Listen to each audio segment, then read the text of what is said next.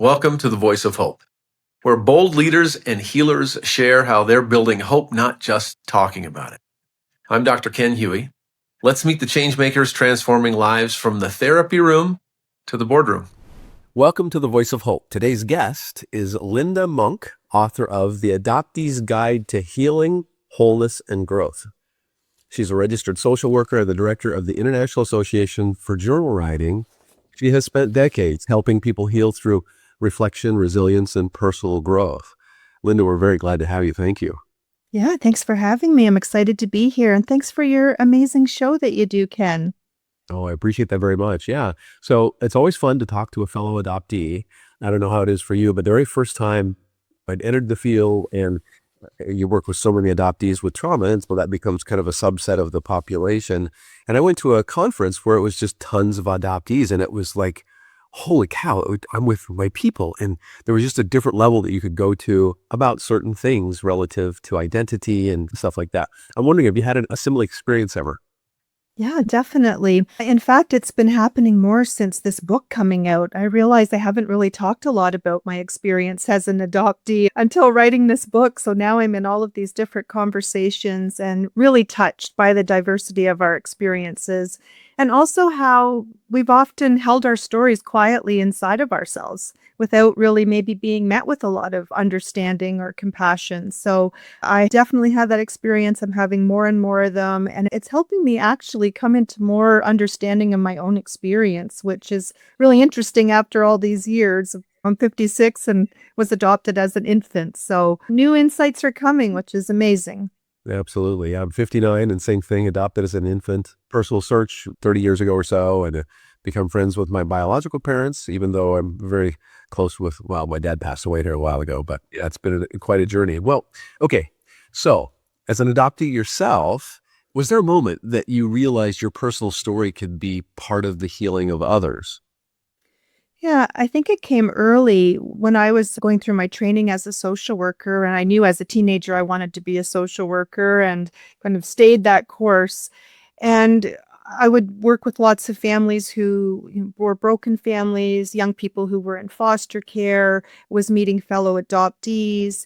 And I realized that, especially when I started writing more about my story, that if we tell our own story honestly and deeply enough, we stand a chance at maybe touching something in the universal story that can foster things like hope and understanding, compassion.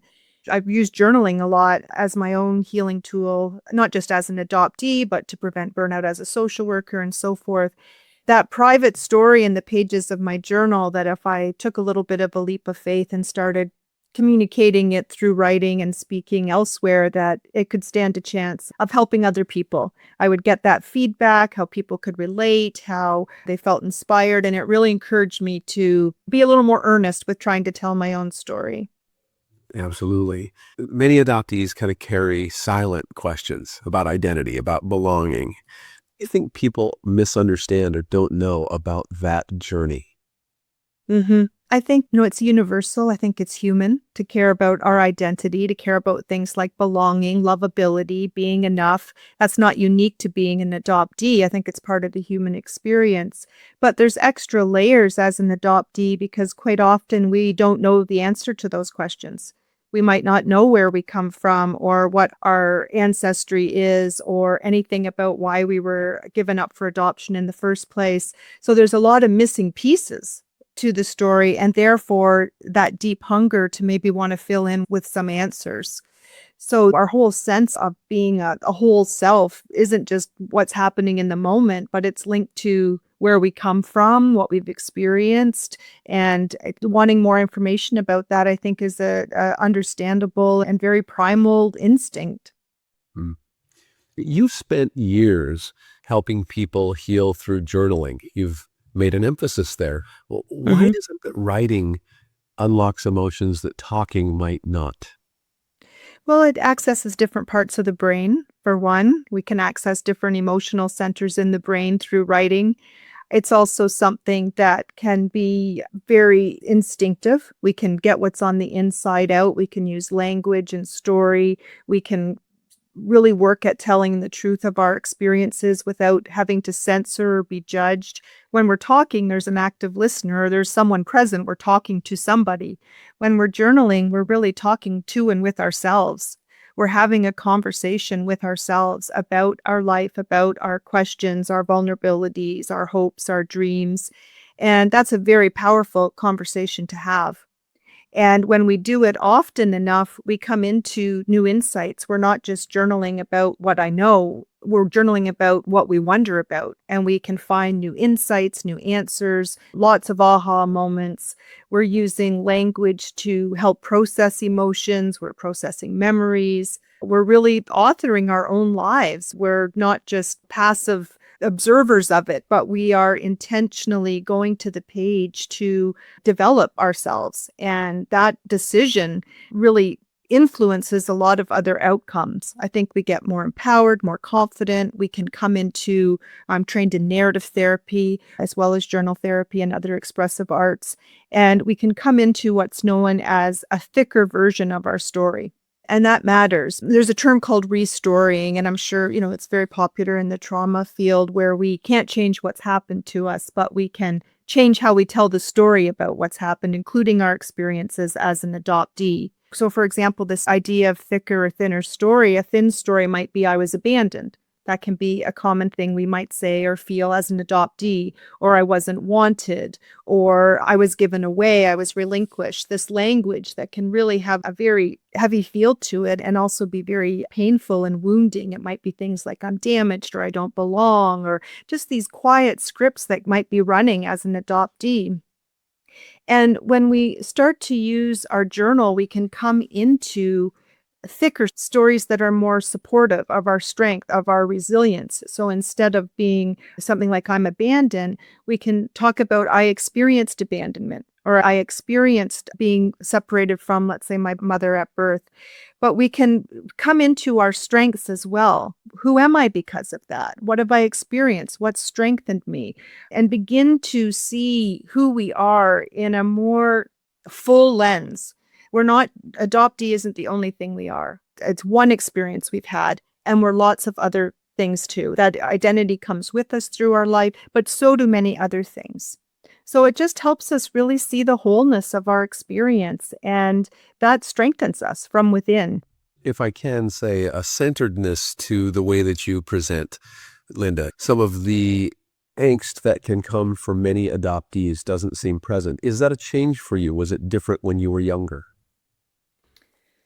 I think the less I knew about my experience when I was younger, the more angst there was, because it feels destabilizing. Like, where does this part of me come from? Or why was I given up? Or when I was told I was adopted, we were young. My brother and I are both adoptees, separate birth families.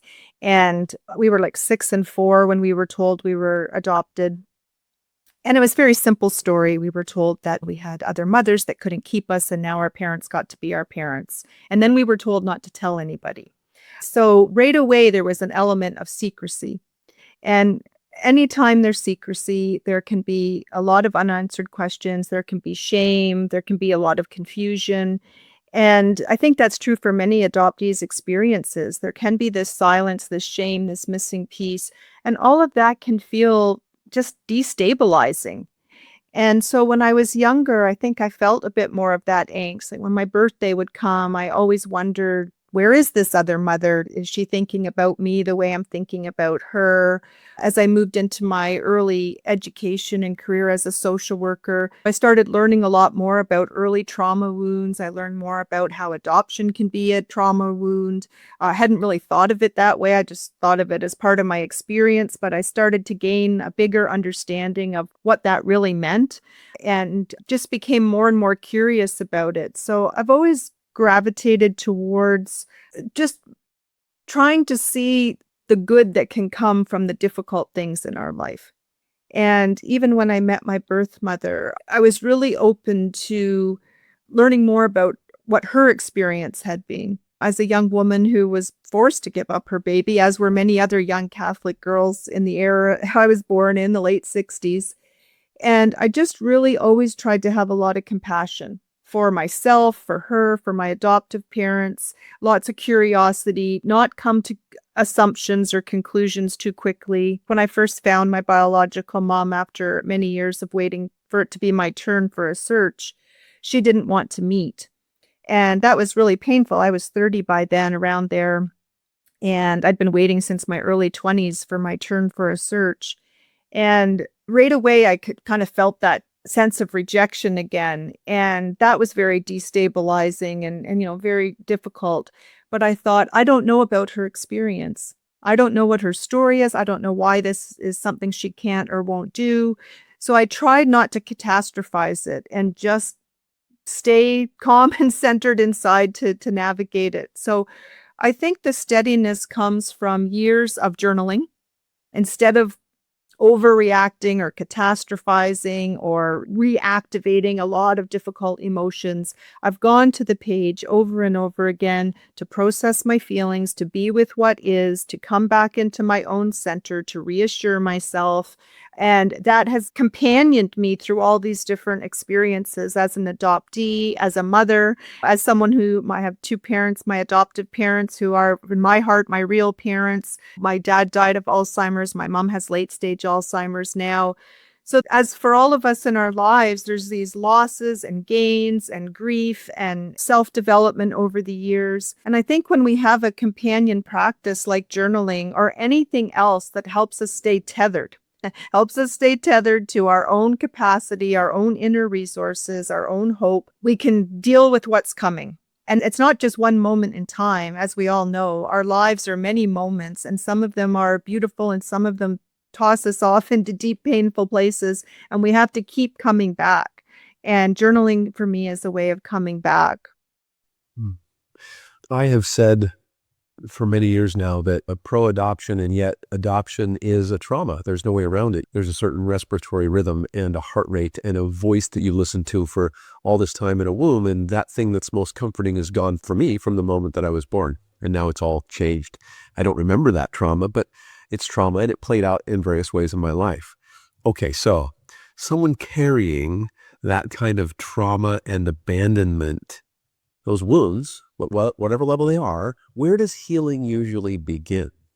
I had a wonderful professor in my early social work education, the late Ruth Sauvé, and she always said that healing means to make whole. And that always stayed with me, that it's not about fixing some broken part of us. It can be seen like that. There's a reparative process that can go on physiologically, emotionally, psychologically, and so forth. But I think there's also a weaving of the different parts of ourselves. And wholeness is that weaving. I'm an adoptee, and I'm a woman, and I'm a daughter, and I'm a mother, and I'm a life partner. That there's, how do we bring a sense of and, not or. So I was given up for adoption and I'm lovable. I was relinquished by a birth parent and I'm worthy of love. I don't know pieces of my story and I can have a full life. Like how we can hold the complexities. One for me was around grief and gratitude. I always felt like I had to be immensely grateful as an adoptee. Grateful that I was born, grateful I wasn't aborted, grateful that someone had adopted me and I wasn't left as an orphan. Grateful, grateful, grateful. And it's true, I was and I am grateful. But there was also a lot of grief. Like, where was this person? Where was this other family? How come I wasn't wanted? Even when I'm with my birth mother now, who I gratefully met at the age, I was around 30, I always feel both things. I'm so happy to be with her. I was just with her a week ago. And there's always this twinge of sadness. When we say goodbye, I feel that really profoundly. That always in the undercurrent is all we missed and what we have now. And that healing is somehow making peace with all those ands. It's not either or, it's all true. And it takes a lot to hold those complexities all at the same time. And I think that's the work we do with our healing is, yes, I was abandoned at birth and I was loved. My mother had to give me up and that was hard for her. All the things. And I think that being able to be with those complexities is really at the heart of our healing, and also our peace, to just come into acceptance of the truth of how things are. When I started my search, I had all kinds of fantasies about biological parents being famous and such like this. Then when it really came time, I did kind of a mental trick with myself. I think I was lucky. It helped me, but I basically decided that she was a prostitute living on Skid Row in Los Angeles with drug addiction and just horrible, and that he was a rapist and was in prison. It like really created a horrible story. Like anything north of that, then it's going to be okay. And it really, it served me well. How did you prep for this reunion? Yeah. Well, I journaled. I was actually journaling right up to the moment that I met my birth mother. I had somehow in my mind had this fantasy that Bryan Adams was my father from that song, Summer of '69. And then I realized years later, he's about like 12 years older than me or something like that. But I had, we fill in the blanks, and there can be that fantasy world. Will they be rich? Will they be, all the things we might fill in. I love how you went the other direction. I didn't think to do that. But I thought I'm just going to be grateful that I get to meet her. And whatever that comes with, it's kind of a Pandora's box. You don't really know what will happen. You don't know how you'll be received. You don't know how it will feel. You don't know if you'll regret that you ever did this in the first place. You could have never looked and not done this. I've more recently met my biological father's side of the family. I just found them 3 years ago. He had already unfortunately passed away. I was looking for a different person, different name. And then, pieces of the puzzle came together with the help of Ancestry.com and so forth. But the preparation was just this feeling. I just kept thinking, no matter what happens, I'm going to be okay. Whatever happens, I'm just going to let love lead the way and just take it as it comes. And so I tried not to get too carried away with it. And the first time I met my birth mom, I was very fortunate that it was a very loving experience. I had my mom with me and one of my best childhood friends, her baby, who was like 5 weeks old at the time. So that was powerful, having a baby in the room. And I was journaling at a kitchen island the moment I was waiting for the door to ring for Diane to show up at where we were. And when the doorbell rang and I went out, and I had just been writing about my hope that this would be a loving experience. I do a lot in my journal to write things the way I hope they'll be. It's called scripting.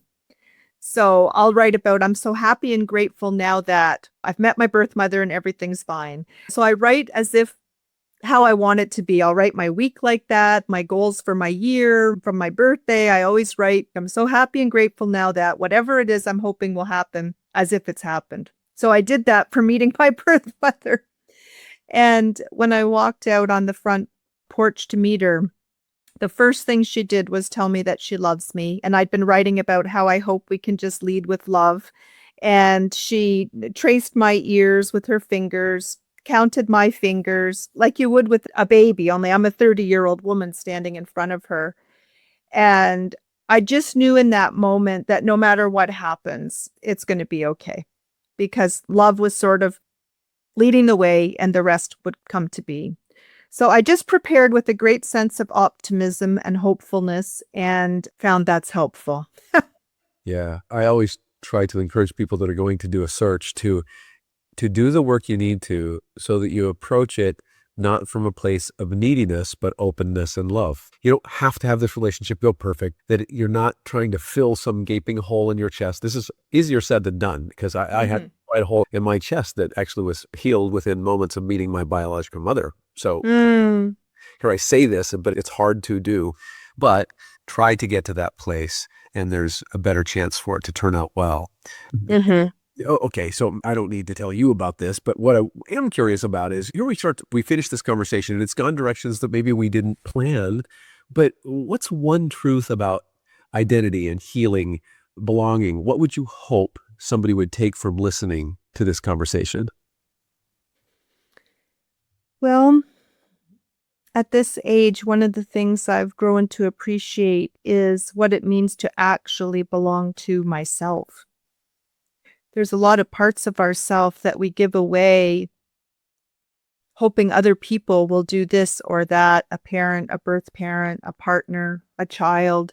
We have a lot of hopes and intentions for all the things, all the people we have expectations of will do to help our lives be full and happy and complete, all of those things. And one of the things I've learned in my own journey, and including as an adoptee, is what is it to actually belong to ourselves?